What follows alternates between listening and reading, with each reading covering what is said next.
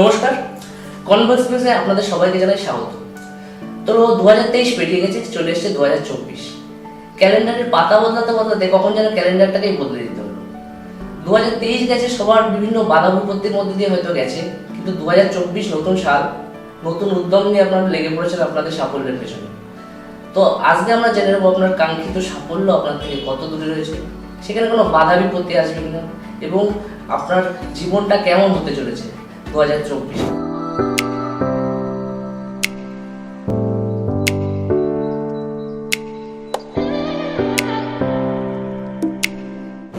তো আজকে আমাদের সাথে আছে অ্যাস্ট্রোলজার শান্তনু দে। তো স্যারকে প্রথমত অনেক অনেক ধন্যবাদ, তার কারণ হচ্ছে উনি এত ব্যস্ততার মধ্যে আমাদের আজকে টাইম দিয়েছেন। নর্মালি উনি থাকেন খুবই ব্যস্ত, তাও উনি আজকে টাইম দিতে পেরেছেন, সেই জন্য স্যারকে ধন্যবাদ।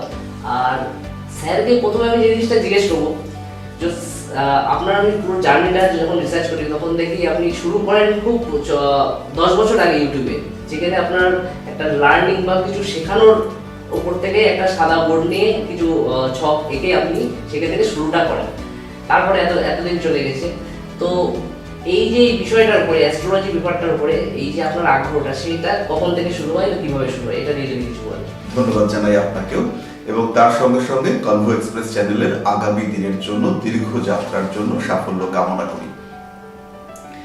এই ক্ষেত্রে আপনি যে প্রশ্নটা করলেন, এখানে দুটো জার্নি আছে। একটা হচ্ছে অ্যাস্ট্রোলজার হিসেবে জার্নি, আর একটা হচ্ছে ইউটিউবার হিসেবে জার্নি। তো প্রথমে আমি অ্যাস্ট্রোলজার হিসেবে জার্নিটা বলি।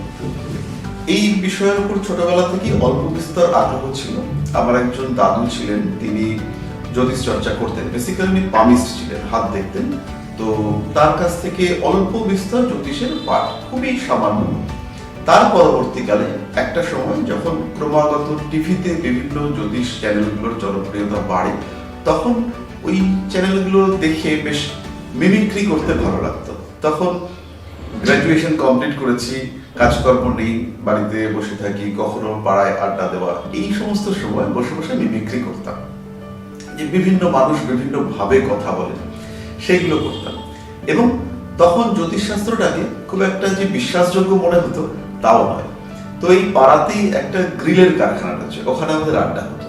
তো সেই গ্রিলের কারখানায় বসে সেইভাবে মিমিক্রি করছি, এবং জ্যোতিষশাস্ত্র ফেক বা জ্যোতিষশাস্ত্র ঠিকঠাক নয়, এরকম ধরনের ডিসকাশন করছি। এমন সময় হঠাৎ পিঠের উপরে এক ভদ্রলোক হাত দিলেন। তো আমাদের পাড়ারই এক ভদ্রলোক, তার নাম সুনীল দাস। তো তিনি পিঠের উপরে হাত দিলেন, দিয়ে বললেন, তুমি যেগুলো বলছো, তুমি কি শাস্ত্রটা বোঝো, জানো? তো ভদ্রলোককে ছোটবেলা থেকেই ভয় পেতাম, খুব ফর্সা, একটা দীপ্ত চেহারা ছিল। তো তখন বললাম না। তখন বললেন, তাহলে তুমি একটা কাজ করো, রাত্রিবেলা আমার বাড়িতে আসো। তো উনি চাকরি করতেন রাত্রিবেলা, আমারও উৎসাহ জাগলো, আমি ওনার বাড়িতে গিয়ে উপস্থিত হলাম। মজার জিনিস বলি, এই মুহূর্তে যে জায়গাটাতে আমরা রয়েছি, এটাই অ্যাকচুয়ালি ওনার বাড়ি। এই বাড়িটাই হচ্ছে, এবং আমার প্রথম জ্যোতিষ শিক্ষা সেটা এক্স্যাক্টলি এই জায়গাটাতে, যেখানে আমি আপনি আজকে বসে রয়েছি, এইখানে। তখন এখানে একটা টিনের চাল দেওয়া বাড়ি ছিল, এবং সেখানেই ওনার চেয়ার, টেবিল, একটা সোফা, সেখানেই আমার জ্যোতিষ শিক্ষা শুরু। তো ওনার বাড়িতে আসবার পরে উনি বিভিন্ন রকম ভাবে আমাকে বললেন, এবং আমি দেখলাম যে আমার যে সাবজেক্ট, কোর্স সাবজেক্ট ফিজিক্স, সেখানের সঙ্গে এই জ্যোতিষের অঙ্কগুলোর কিছু মিল আছে। তো তখন আমি ওনার সঙ্গে কথা বলে, হাতে সময়ও ছিল, ভর্তি হয়ে গেলাম কলেজ অফ জ্যোতির্বিদ্যা বলে একটা অর্গানাইজেশন। সেই থেকে জ্যোতিষ শিক্ষা শুরু। তারপরে আস্তে আস্তে সেটা হচ্ছে 2003 সালের ঘটনা। তারপরে এখন 2024-এর প্রারম্ভে আমরা এসে পৌঁছেছি, প্রায় 21 বছরের জার্নি। এই হলো জ্যোতিষ শিক্ষা আমার মোটামুটি ইতিহাস। এর সঙ্গে সঙ্গে ইউটিউবের যেটা জার্নি, সেটাও কিন্তু ভীষণ ইন্টারেস্টিং। আমার একটা এইচএস এর ব্যাচ ছিল, যারা এইচএস এ ড্রপ আউট, অর্থাৎ এইচএস তারা প্রথম বছরে পাশ করতে পারে। সেই ব্যাচেরই একটা স্টুডেন্ট ছিল, সে হচ্ছে আমার অতি প্রিয় ছাত্রদের মধ্যে একজন, তার নাম হচ্ছে সিদ্ধার্থ। তো সিদ্ধার্থ হঠাৎ একদিন এসে বলে যে, দাদা তুমি জানো ইউটিউবে ভিডিও দিলে পরে টাকা পাওয়া যায়। ইউটিউবে ভিডিও দিলে টাকা পাওয়া যায়? তো তার অনেক নিয়ম কারণ সে আমাকে বোঝালো, বুঝিয়ে সিদ্ধার্থ আমার প্রথম ভিডিওটা শুট করে দিল। সেটা হচ্ছে একটা সাদা গেঞ্জি পরা অবস্থায় ওদেরকেই পড়ানোর যে বোর্ড, সেই বোর্ডে আমি জ্যোতিষের প্রথম পাঠ হিসেবে একটা ভিডিও দিলাম এবং তখন মূলত আমি জ্যোতিষ পড়াতাম ইউটিউবের ভিডিওতে।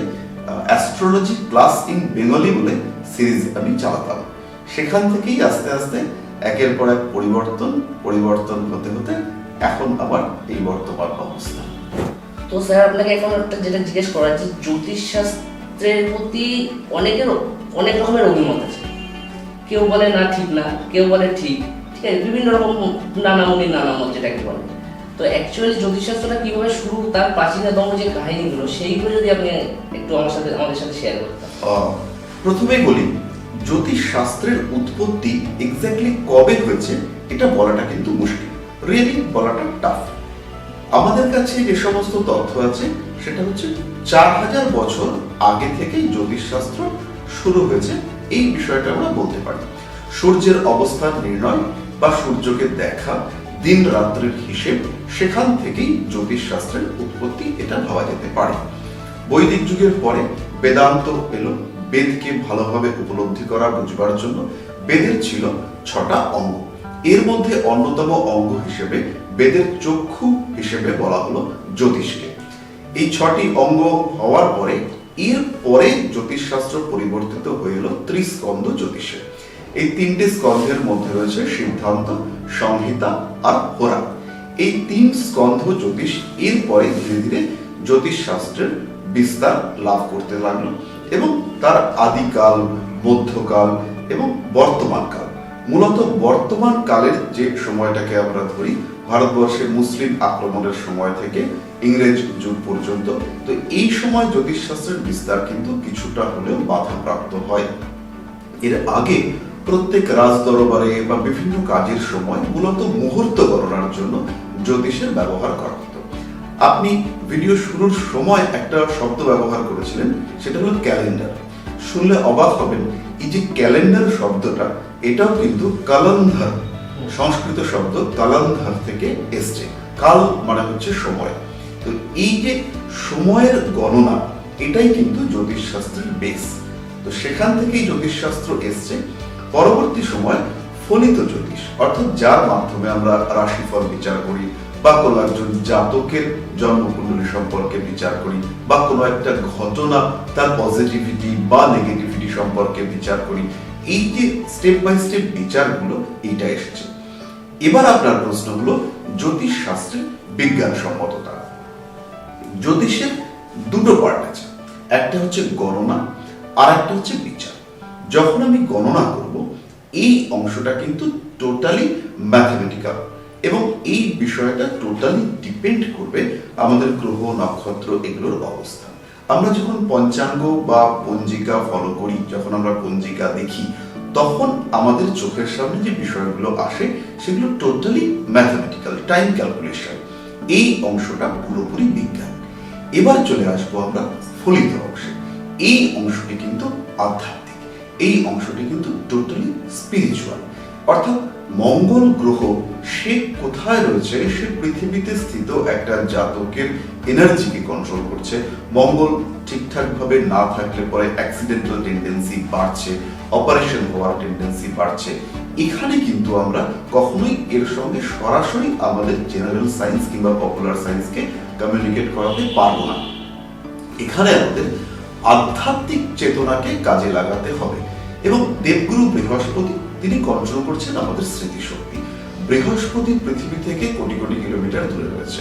সেখান থেকে বৃহস্পতির প্রভাবে কি করে একজন মানুষের স্মৃতিশক্তি কন্ট্রোল হচ্ছে। ইনফ্যাক্ট আমাদের যে শরীরের কালার, সেই কালার, যেমন আমরা ধরে নিতে পারি যে একটা জায়গা আফ্রিকা, সেখানকার মানুষরা জেনারেলি ব্রাউন, তাদের গায়ের রং হচ্ছে গিয়ে একটু ডার্ক। এবার এদের মধ্যেও কিন্তু কালারের বিভিন্ন টাইপের শেড দেখতে পাওয়া যায়। সবার গায়ের কালার কিন্তু একই রকম নয়। এই যে বৈচিত্র্য, এই বৈচিত্র্য কিন্তু গ্রহদের দ্বারা নিয়ন্ত্রিত হয় এবং ঠিকঠাকভাবে বোঝাও যায়।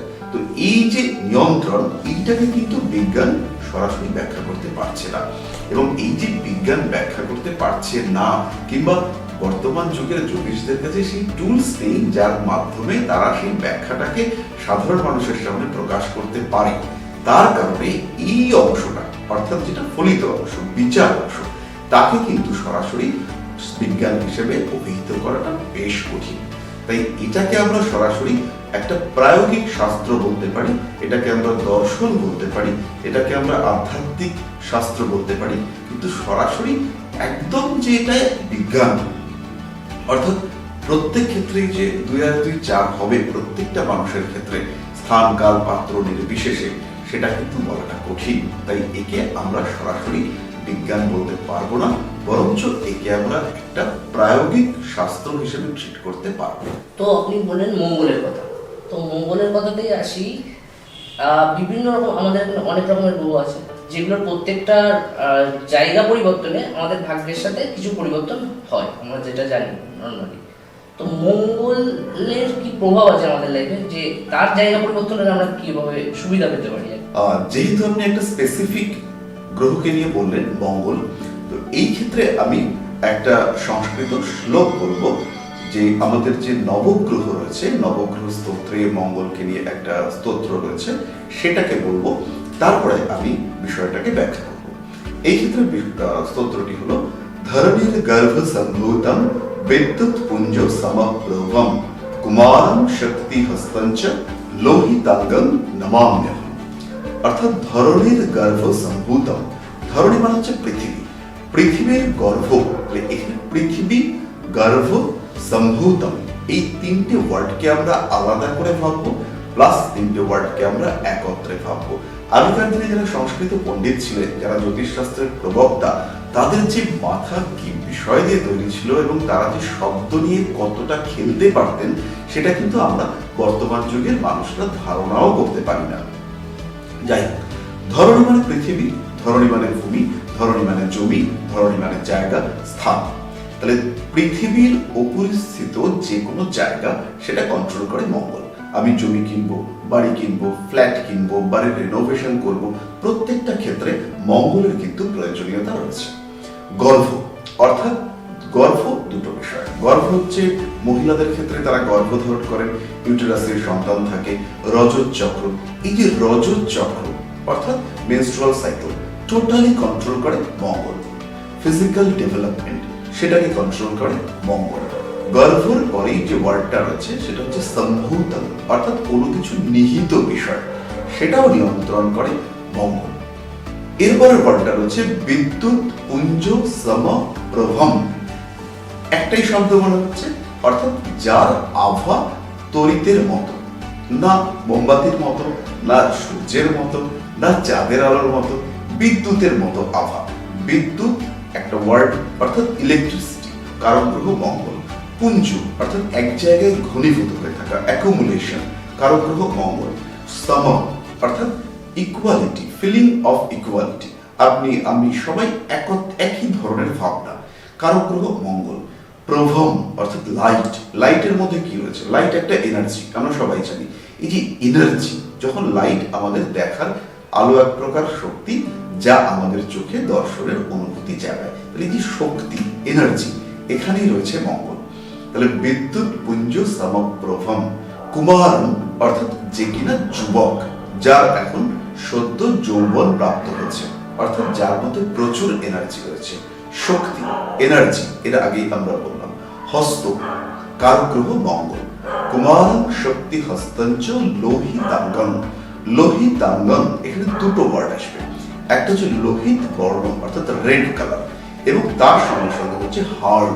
যদি লৌহ, লৌহ ওয়ার্ড মানেই হচ্ছে কি শক্ত, হার্ড, অর্থাৎ এই যে স্ট্রেংথ, এটা মঙ্গলের মধ্যে রয়েছে এবং তাকে আমরা প্রণাম জানাচ্ছি।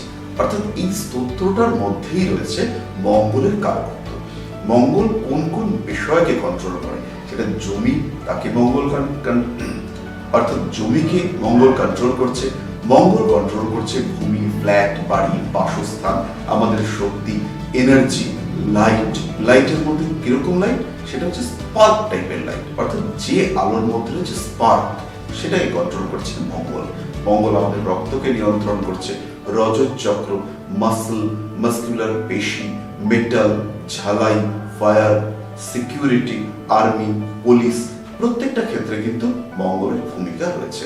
এবং আমাদের যখনই আঘাত লাগে, রক্তপাত হয়, ব্যথা হয়, সাডেন আঘাত, চলছি হঠাৎ করে একটা ধাক্কা লাগলো, এই প্রত্যেকটা ক্ষেত্রে কিন্তু মঙ্গলের একটা ইম্পর্টেন্স রয়েছে। আজ আপনারা দেখলেন শান্তনু স্যারের সাথে কথোপকথন। আমাদের বিষয় ছিল অ্যাস্ট্রোলজি। তো আমাদের মূল যেটা কনসেপ্ট ছিল সেটা হচ্ছে 2024 আপনাদের কেমন যাবে। তো আশা করি এই ভিডিওটার মাধ্যমে আপনাদের কিছু আপনারা বুঝতে পারবেন যে 2024টা আপনাদের কেমন যাবে এবং সেটাকে ভালো করতে আপনাদের আরও কী কী জিনিস করতে হবে। তো স্যারকে অনেক অনেক ধন্যবাদ স্যারকে টাইম দেওয়ার জন্যে। তো এই ব্যস্ততার মধ্যে উনি টাইম দিয়েছেন, সেই জন্য অনেক অনেক ধন্যবাদ স্যারকে। আর আপনারা দেখতে থাকুন কনভো এক্সপ্রেস, আর নিয়ে আসছি পরের এপিসোড আরও একটা ভালো কনসেপ্ট নিয়ে। নমস্কার।